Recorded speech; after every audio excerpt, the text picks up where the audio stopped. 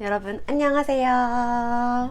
네, 날짱입니다. 제가 오늘 준비한 영상은 정말 많은 분들께서 저한테 물어보셨던 저의 공부법에 대해서 한번 찍어보려고 해요. 공부법 하면은 근데 또 여러 개가 있을 수가 있잖아요. 예를 들면 뭐 이제 중고등학생 구독자분들을 위해서 수능 공부 방법, 대학생분들을 위해서 대학교 공부 방법, 아니면 뭐 취준생분들을 위해서 저의 어떤 취준설들을 전달을 해드릴 수 있을 것 같은데 어떤 걸 찍을까 고민을 좀 해보다가 전부 다 찍기로 마음을 먹었습니다.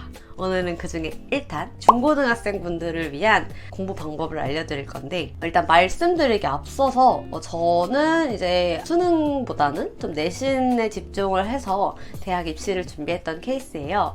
그래서 이번에 들어오게 된 것도 제가 고등학생 때 열심히 쌓아 올렸던 그 내신 점수를 활용해서 대학에 들어온 거기 때문에 오늘은 좀 수능 공부 방법보다는 내신 공부 방법 위주로 한번 여러분들께 저의 나름 꿀팁들을 전달을 해드리겠습니다.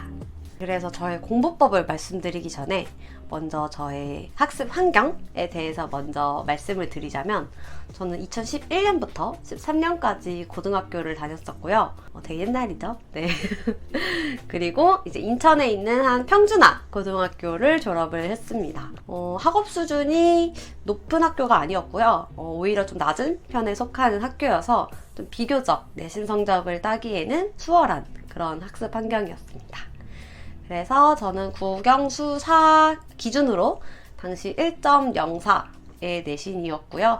이번에 대전대 한의대에 입학할 때에는 국영수 4과 그리고 3학년 2학기 성적까지 포함을 하다 보니까 1.08 정도의 성적으로 졸업을 했습니다. 그래서 제가 어떻게 이렇게 내신 관리를 빡빡하게 할 수 있었는지 그 공부법에 대해서 말씀을 드리려고 하는데, 크게 두 가지로 나누어서 말씀을 드릴 거예요. 첫 번째는 평소에 공부 어떻게 했는지, 그리고 두 번째는 시험 기간에 공부를 어떻게 했는지에 대해서 좀 나누어가지고 여러분들께 말씀을 드리도록 하겠습니다.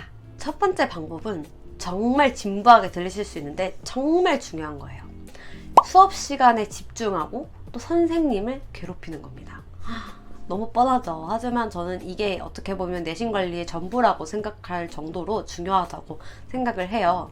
아무래도 이제 내신 시험 같은 경우에는 학교 선생님이 출제를 하시잖아요. 그러다 보니까 선생님이 중요하다고 생각하는 포인트는 무조건 수업 시간에 언급할 수밖에 없고, 또 수업 시간에 언급하지 않았다고 할지라도 선생님이 중요하게 생각하는 게 뭔지 알아내기 위해서는 선생님을 집요하게 쫓아다니면서 질문하고 또 질문해야 된다고 생각을 합니다.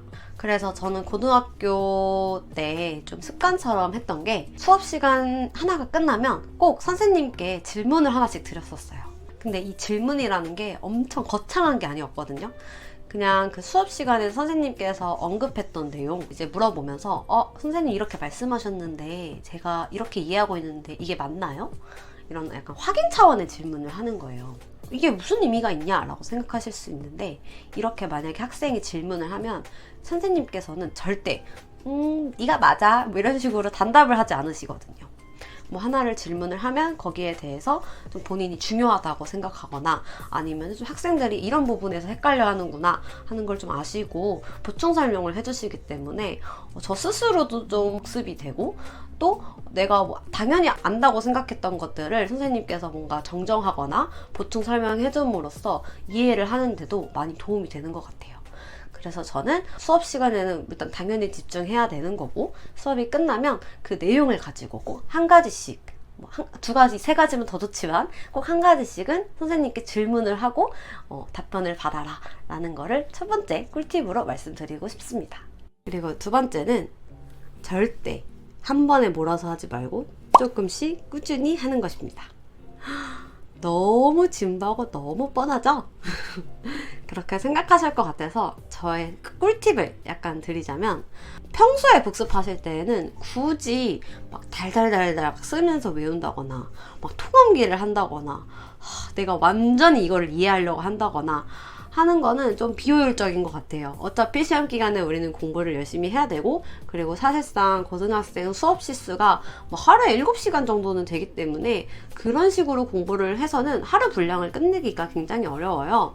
그래서 저는 이거를 어떻게 공부했냐면, 저는 이걸 눈에 바른다고 표현을 하거든요. 그래서 그날 수업한 내용에서 뭐 선생님께서 중요하다고 했던 그런 내용들 아니면 키워드들을 눈에 익숙하게 하는 거예요.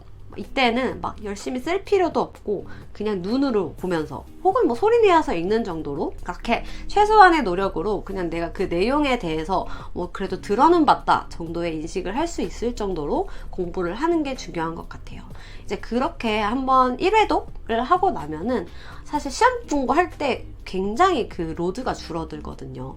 그래서 평소에 나는 복습하는 게 너무 부담이 되고 양이 너무 많다라고 하시는 분들은 진짜 조금 오히려 마음을 내려놓으시고 중요한 내용들을 그냥 익숙하게 한다 라는 생각으로 평소에 복습을 철저히 하셨으면 좋겠습니다. 그리고 세 번째는 학기가 시작하기 전에 방학 동안에 미리 좀 선행학습을 하는 겁니다. 이때 꼭 모든 과목을 선행학습을 할 필요는 없는 것 같고요. 내가 평소에 좀 부족하다고 생각했던 과목들 아니면은 내가 어차피 수능에서 공부해야 되는 사회탐구 과목들, 저 같은 경우에는 이제 그 당시 사회문화랑 한국지리를 이제 선택 과목으로 생각하고 있었기 때문에 그거를 미리 이제 방학 때 공부하는 게 뭐 내신을 위해서도 도움이 되지만 수능을 위해서도 도움이 되는 상황이었어요. 그래서 저는 그렇게 탐구 과목 2개를 미리 인강을 들으면서 공부를 했었고, 또 그리고 수학. 저는 수학이 좀 약한 과목이었기 때문에 미리 좀 한 바퀴 선행학습을 좀 하니까 확실히 학기 중에 공부 로드가 많이 줄어들어서 도움이 됐던 것 같아요. 굳이 국어나 영어 과목은 필요가 없는 것 같아요. 아무래도 그런 교과서나 뭐 아니면 그때그때 모의고사를 이제 가져와서 시험 범위에 포함시키는 경우가 많기 때문에 굳이 국어, 영어는 선행을 할 필요가 없지만 수학이라든지 아니면은 탐구 과목 정도는 방학 때 미리 보면은 확실히 학기 중이라든지 시험 기간에 공부해야 될 양이 많이 줄어듭니다. 그러면 내가 좀 더 부족하다고 생각했던 과목들, 다른 과목들의 시간 투자를 많이 할 수 있게 되어서 확실히 쫓기는 경우도 많이 줄어들고 또 공부를 한번 겉핥기식으로 1회독 정도에서 그치는 게 아니라 좀 다회독을 할 수가 있게 돼요. 그래서 저는 일부 과목에 대한 선행학습은 정말 꼭 필요하다고 생각을 합니다. 시험 공부 방법은 바로 교과서를 기반으로 단권화를 하는 거예요.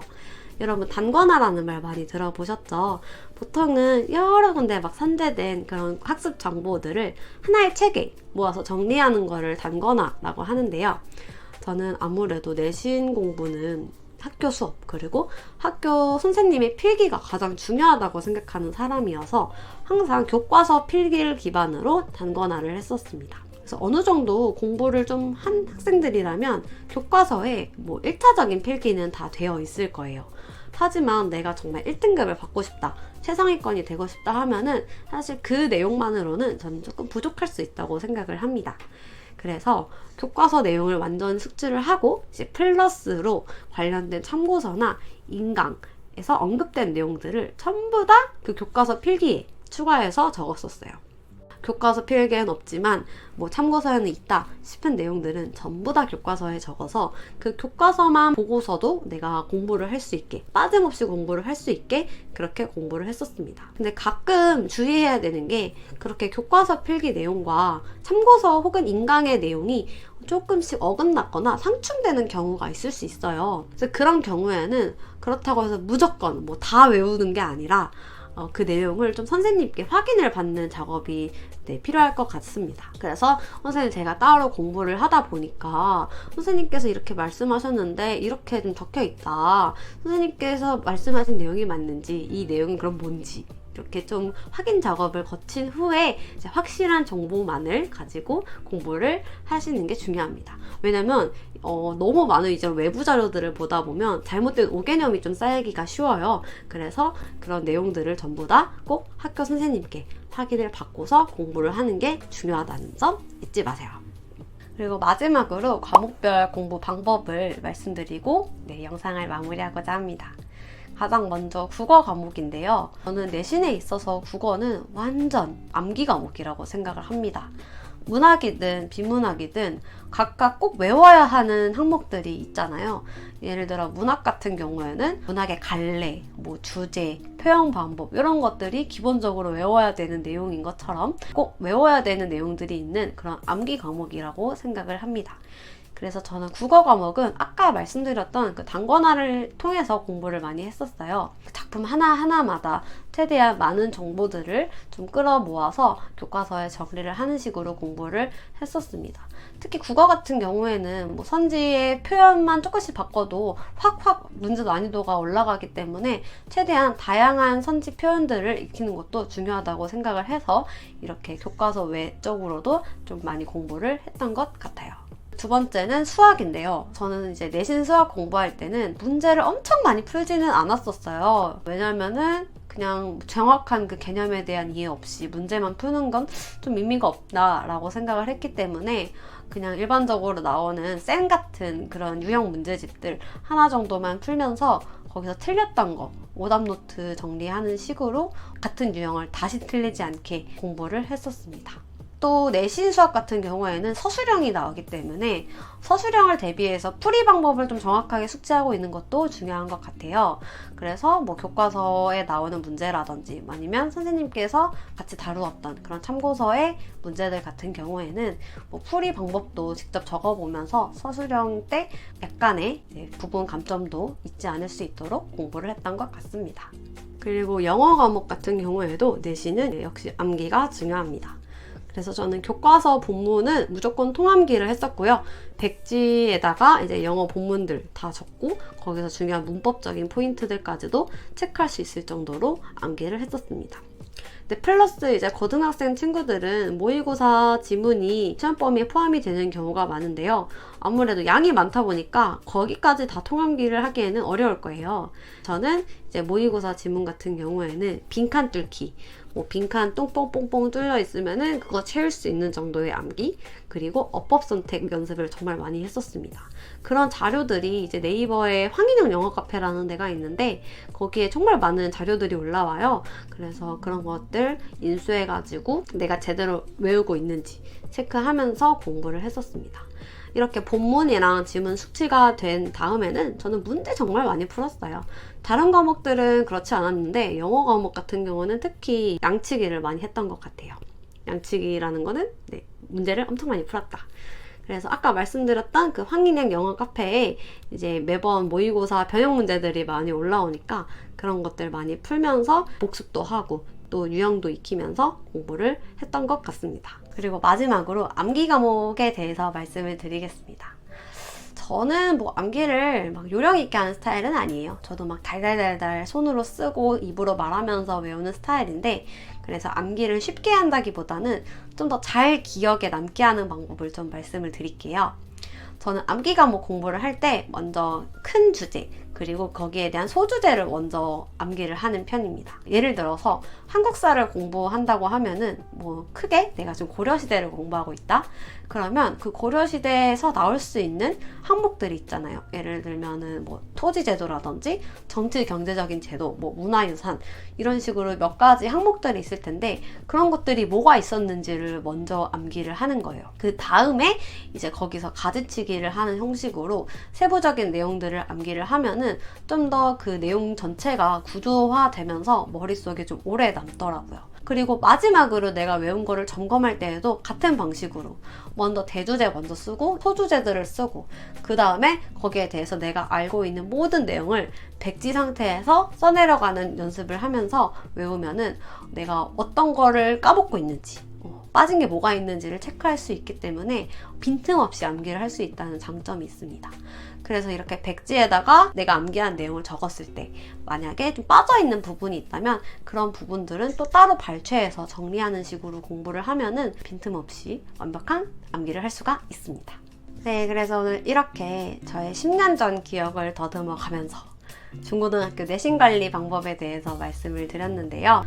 평소에 공부를 어떻게 해야 되는지 그리고 그 평소에 공부한 걸 가지고 어떻게 시험 기간에 공부해야 되는지 마지막으로 과목별 공부 방법에 대해서 말씀을 드렸어요. 뭐 이렇게 좀 길고 장황하게 말씀을 드리긴 했는데 가장 중요한 거는 역시 조금씩 매일매일 꾸준히 공부하는 습관을 들이는 게 가장 중요한 것 같습니다. 그래서 이 영상을 보고 있는 중고등학교 친구들도 너무 너무 진부하고 뻔한 거 아니에요? 라고 생각하지 마시고 제가 아까 말씀드렸던 것처럼 막 공부할 필요는 없으니까 조금씩 하루에 30분, 1시간씩 꼭 복습하는 습관을 들이셨으면 좋겠어요.